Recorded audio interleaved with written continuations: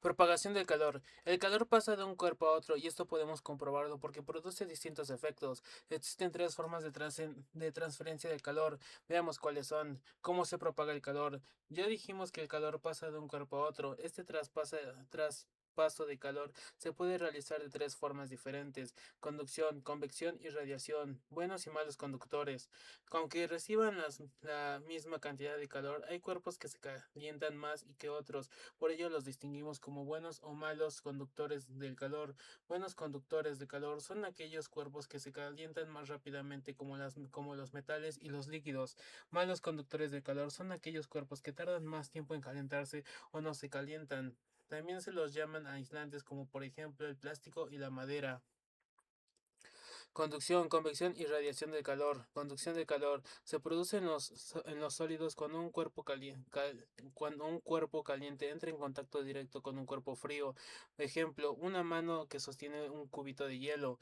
Convección del calor se produce en los fluidos, líquidos y gases. Origina las llamadas corrientes de convección, ya que el líquido o gas caliente tiende a ascender y el frío a bajar. Radiación del calor se produce en todos los cuerpos calientes. Esto emite una radiación en forma de ondas electromagnéticas que se propagan en el vacío. Ejemplo, el calor del Sol llega a la Tierra por la radiación que se propaga en el espacio. Las vías del ferrocarril se colocan con espacios libres entre cada tramo para dar lugar a la dilatación producida por el Sol y el roce de las ruedas de los trenes.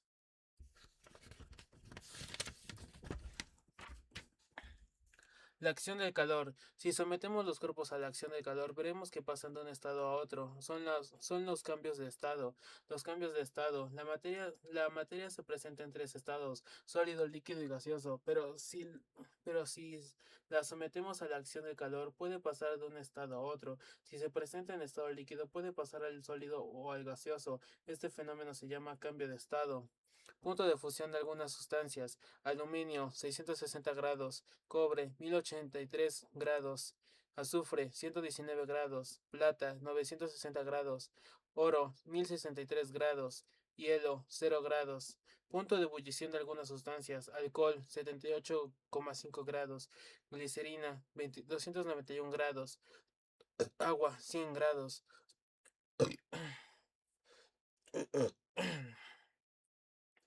Los cambios de estado: gaseoso, evaporación, pasaje del líquido, licuación, sublimación, pasaje del estado gaseoso al sólido, volati- vola- volatilización, pasaje del estado sólido al gaseoso, evaporación, pasaje del estado líquido al gaseoso, licuación, pasaje del estado gaseoso al líquido, fusión, pasaje del estado sólido al líquido, solidificación, pasaje del estado líquido al sólido. La diferencia de temperatura entre el mar y la tierra es causada por la radiación solar. Esto origina dos brisas: la terrestre de noche y la brisa marina de día. Computación e informática.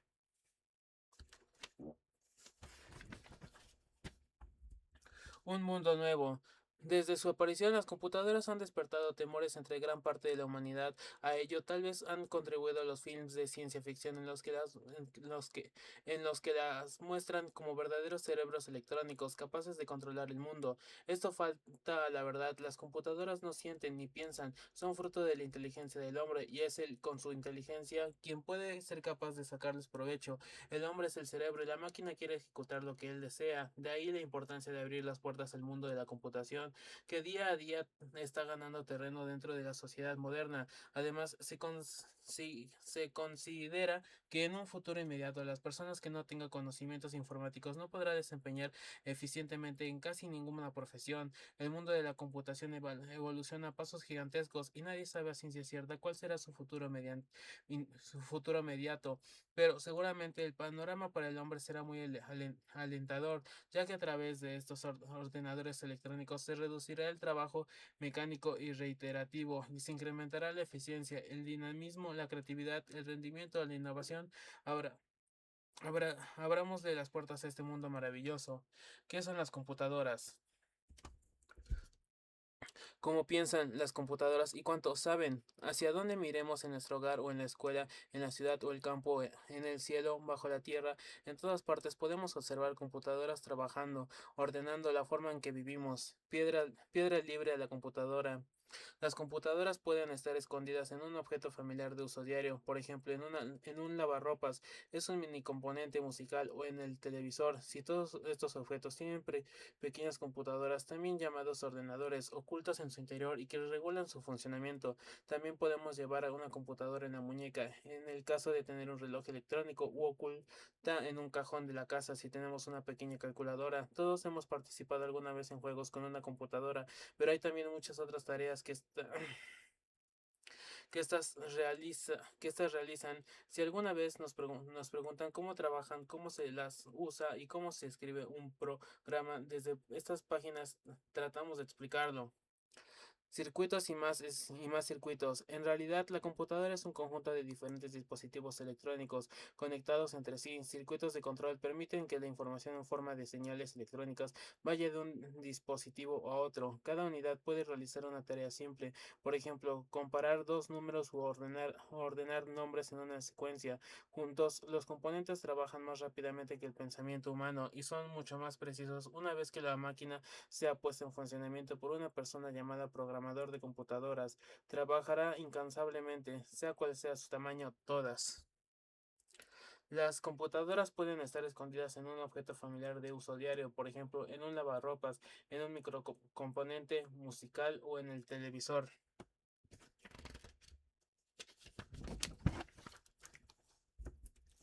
Diferentes nombres para una misma cosa. Computadora y ordenador. La computadora puede recibir diversos nombres. El término computadora procede del inglés computer y significa máquina de computar o calcular. Del término francés ordinateur procede de denominación de ordenador, que se refiere a la tarea de poner en orden la información. Son dos perspectivas distintas y completamente complementarias. También recibe los nombres de cerebro electrónico y calculador, aunque este último tiene una significación más restringida.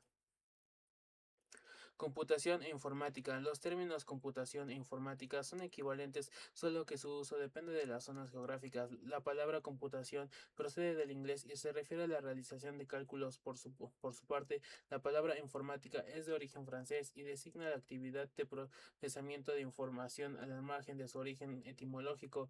Estos términos resultan equiparables. No obstante, la tarea esencial de las computadoras no es el cálculo, sino el procesamiento de información. La computación informática es la ciencia del tratamiento automático de la información, que puede ser un conjunto de palabras, números o símbolos.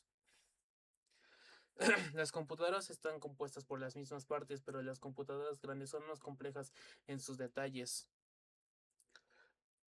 ¿Para qué sirven las computadoras? Lo importante en una computadora es para qué sirve y a qué tareas de nuestra vida cotidiana se aplica. Es evidente que se trata de un instrumento reciente que no suma sin más a una larguísima lista de invenciones humanas. Introduce un cambio cualitativo y no por lo que es, sino por lo que hace. La computadora puede hacer muchas cosas. Puede realizar un análisis delicadísimo del cerebro humano o asistir a una operación quirúrgica, interconectar conectarse con otra, intercambiar información en una red mundial, Internet, proviene riesgos atmosféricos, enviar cartas a la velocidad de la luz, regular todos los elementos mecánicos y electrónicos de un edificio, realizar el censo de población de un país, etcétera. Así sucesivamente. Si enumeramos todo aquella respuesta ha de ser muy larga. Si expresamos todo aquello que realizará en el futuro, la respuesta puede ser muy corta. Casi todo, la única limitación conocida de la computadora es la que le imponen los límites imaginativos del ser humano. El tránsito de vehículos es controlado por computadoras a través de los semáforos. Los transportes públicos de pasajeros expiden los boletos por medio de estas. En los aeropuertos también ordenan el tránsito aéreo. Evolución cronológica de las computadoras. Con la aparición del Mark I en 1944 y la irrupción del primer ordenador de válvulas en 1946, el ENIAC, pasamos de la prehistoria a la historia de la computadora. La prehistoria de las computadoras.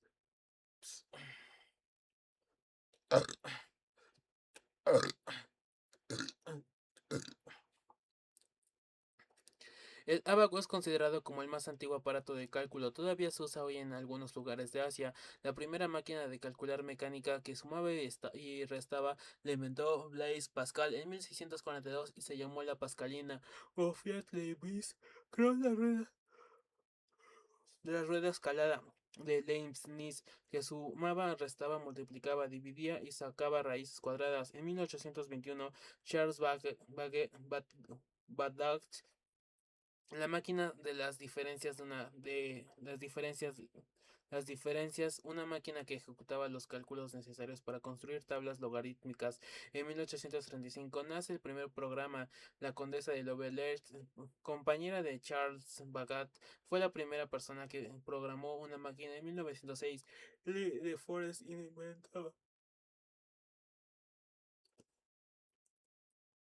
inventa la válvula. En 1936, Alan Turing establece los principios electrónicos de las computadoras. En 1944, Howard Aiken de la Universidad de Harvard, con la ayuda de IBM, construye la primera computadora electromagnética, el Mark I. Historia y evolución. Las primeras computadoras fabricadas después de la guerra parecían gigantes con cerebros muy pequeños.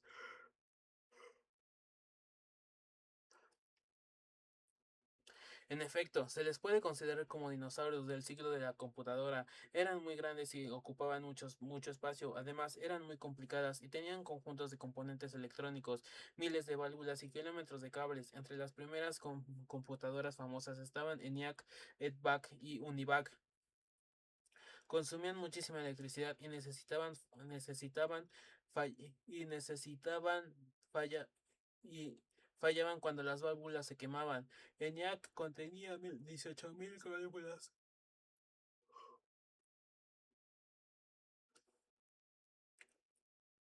Imagínate cuánto innecesariamente fallaban cuando las válvulas se quemaban. ENIAC contenía 18.000 válvulas. Imagínate cuando trataban de encontrar la que se había roto. Estas primeras computadoras aparecían a fines de los años 40 y se les denominó computadoras de la primera generación.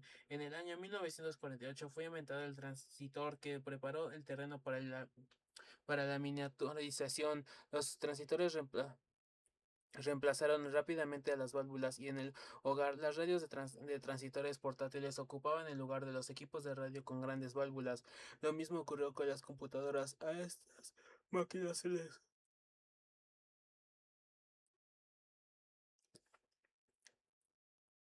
A estas máquinas se les suele llamar computadoras de la segunda generación. La tercera generación llegó con la introducción del circuito integrado. Estos dispositivos estaban compuestos por varios transistores fabricados en el circuito integrado del silicio.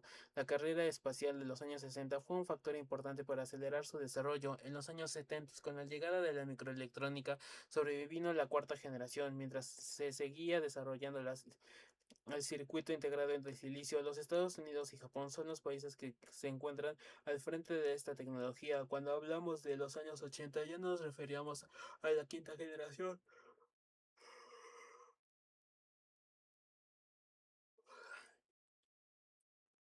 Pero a diferencia de las primeras generaciones, esta última está más íntimamente relacionada con el desarrollo de la programación de computadoras que con la electrónica propiamente dicha.